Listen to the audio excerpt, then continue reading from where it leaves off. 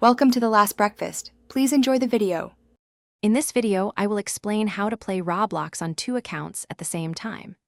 This process involves using different methods to run multiple instances of the game client simultaneously. You can achieve this by leveraging multiple web browsers or by utilizing specialized sandbox applications.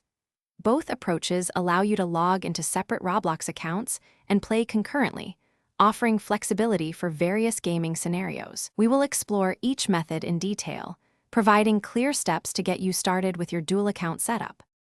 The first method involves using multiple web browsers. For example, you can open Google Chrome for your first account and Mozilla Firefox for your second. Log into a unique Roblox account in each browser. When you click to play a game, the Roblox player will launch a separate instance for each browser, allowing you to control two distinct accounts simultaneously. Ensure your system has sufficient memory and processing power to handle two or more active game clients without performance issues.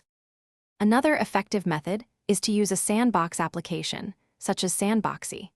This software creates isolated environments, allowing you to run multiple instances of the same program without interference. Install the Roblox player once, then launch it within a new sandbox for each additional account you want to use. This ensures each game client operates in its own secure space, preventing conflicts and maintaining account separation. It is a robust solution for managing multiple game sessions. When playing on two accounts simultaneously, system performance is key. Your computer should ideally have at least 8 GB of RAM and a modern processor to handle the load. A stable internet connection, with a minimum speed of 50 megabits per second, will prevent lag and disconnections. Always monitor your system's resources to ensure a smooth gaming experience across both accounts. Enjoy your dual-account Roblox adventures. Thanks for watching. If this was helpful, leave a like and consider subscribing. See you next time.